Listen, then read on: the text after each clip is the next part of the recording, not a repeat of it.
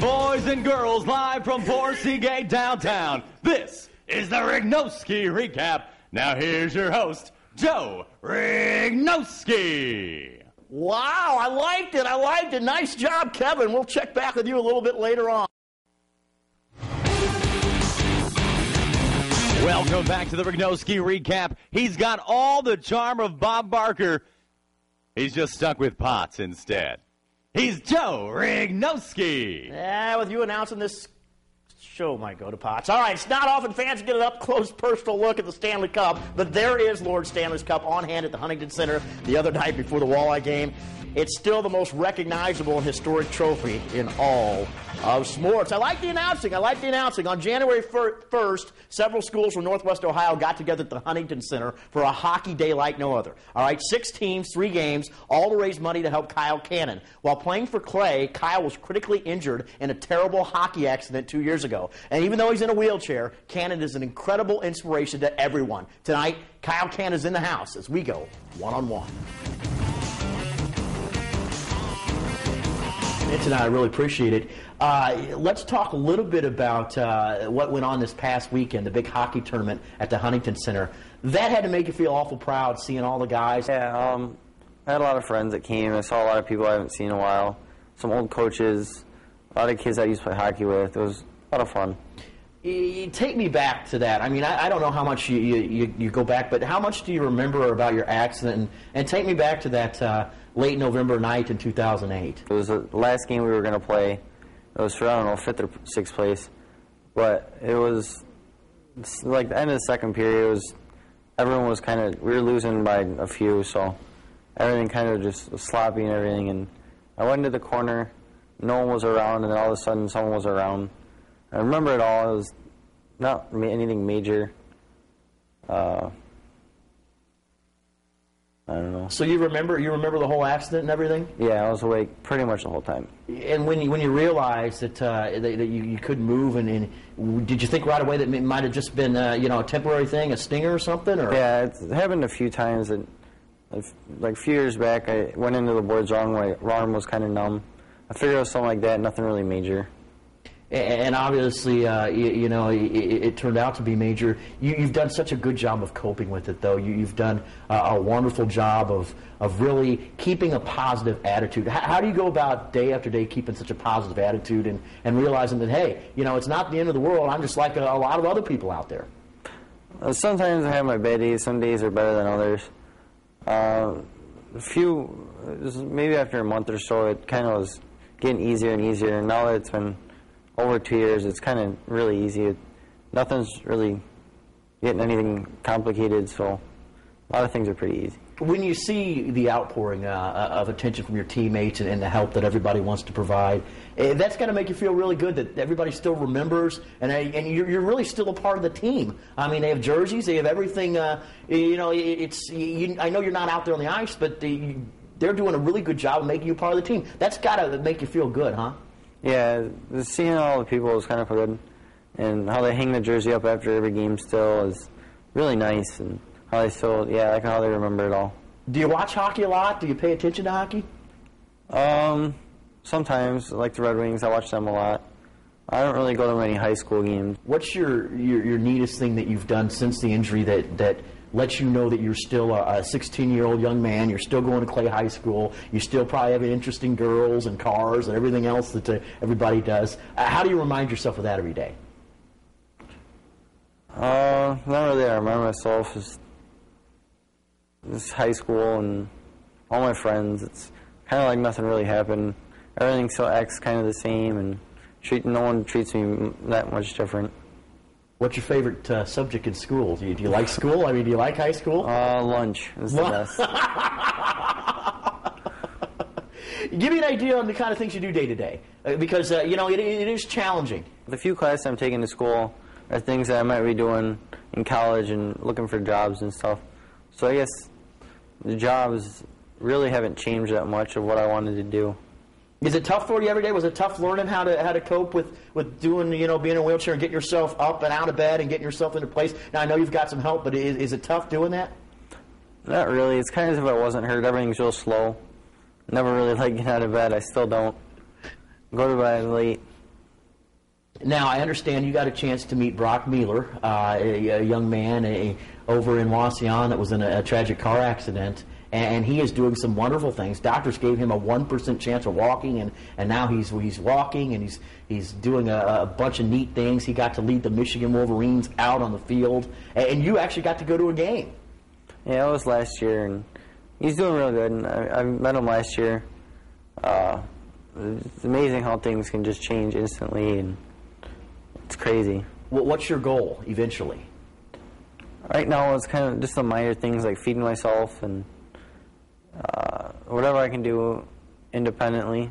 I don't know. What would you tell somebody right now, Kyle, that's watching this program that sees you, that may have been in an accident similar to yours, that are in the early stages of their recuperation, their recovery? What would you tell them right now? Don't get down on yourself. Things happen for reasons, I think. And there's a lot of things going around, and things can change every day. Well, God bless you. You are a tremendous, tremendous person. You're an inspiration to a lot of us, but everybody out there watching, including myself. It's a pleasure having you on the show, and thanks for coming in tonight. I really appreciate it. And go Red Wings and go Michigan, right? Yep. You got your Michigan hat on. I like that. I like that. You're looking good.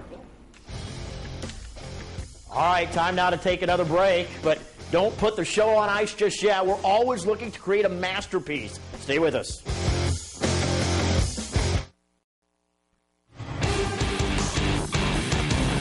Knock, knock. Who's there? It's Joe Rychnovsky. Joe Rychnovsky who? No, seriously, it's Joe Rychnovsky. Oh, I like it. I like it. You know, the cold weather is perfect for ice art. Napoleon's Chad Hartson owns his own place called Ice Creations, and they have some of the finest carvings in the country. Chad's work has appeared everywhere from the Kentucky Derby to the U.S. Senior Open. And tonight, it appears on Fox Toledo on the Recap as part of this week's Fox Challenge.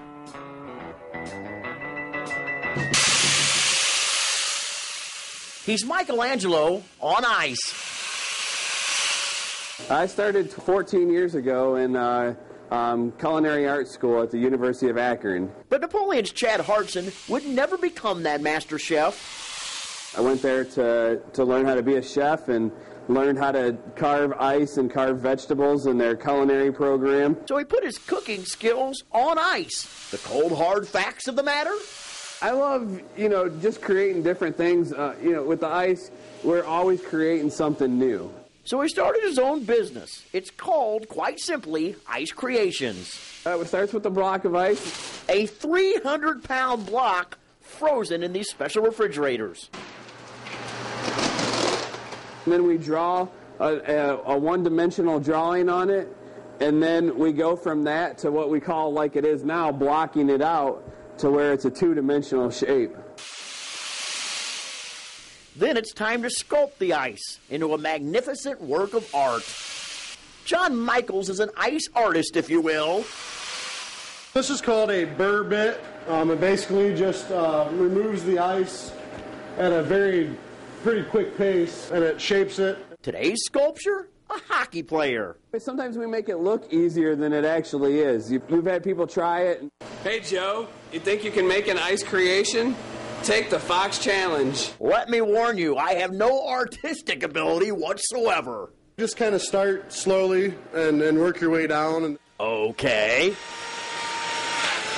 Whoa! Snowy! it's all basic steps. Once you learn the steps, you just kind of go with it from there. Besides, We're always creating something new. I mean, it melts, we create something, it melts, it goes away, and we get to create something new again. Your Toledo Rockets. When we come back, we check in with your Toledo Rockets. Stay right there. This is the Rychnovsky Recap.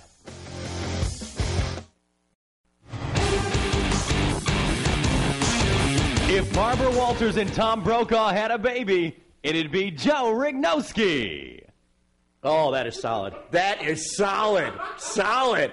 From high school basketball to football firings and everything in between, it was a busy week. But we didn't miss a beat. And upon further review,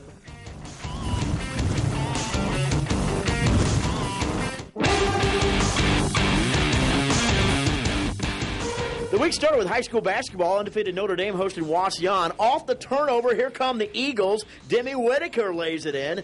Notre Dame has a couple really solid guards. We showed you Whitaker. How about Wells? It's in Cat Wells. She's cat quick with a crossover pull-up jumper. Wells had 18. Then the Notre Dame Eagles work it down low to the 6'2 junior Michelle Holmes. She had 10 points. Eagles improved to 9-0 in the year. 72-24 the final. On Wednesday, Michigan fired head coach Rich Rodriguez after 3 tumultuous seasons in Ann Arbor that included NCAA probation, a 15-22 record overall. Rich Rod was just 6-18 in the Big Ten and 0-3 against Ohio State. On Thursday, down at Bowling Green, painting has started on the main floor of the Stroh Center, which will be the new home for Falcon basketball and volleyball. The finishing touches on the floor should be put on next week. And along with this, the floor for the practice court was also completed. Right now, when you look out there and you see the orange and brown, it really comes to life. You actually can see the court. You can almost kind of bring it to life to see what's going to happen here, how it's all going to lay out. It's very exciting.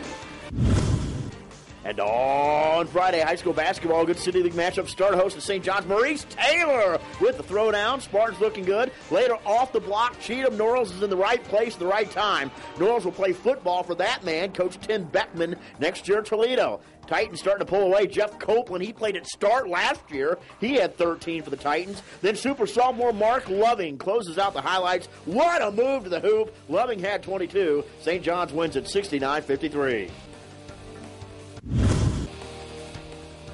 And on Saturday, MAC basketball, Toledo hosting Eastern Michigan. You ask and you shall receive. Zach Leahy fans in the house and on the recap. Malcolm Griffin and the Rockets trying to take down the Eagles. That little 15-footer goes down. Later, Delino Deer on the baseline.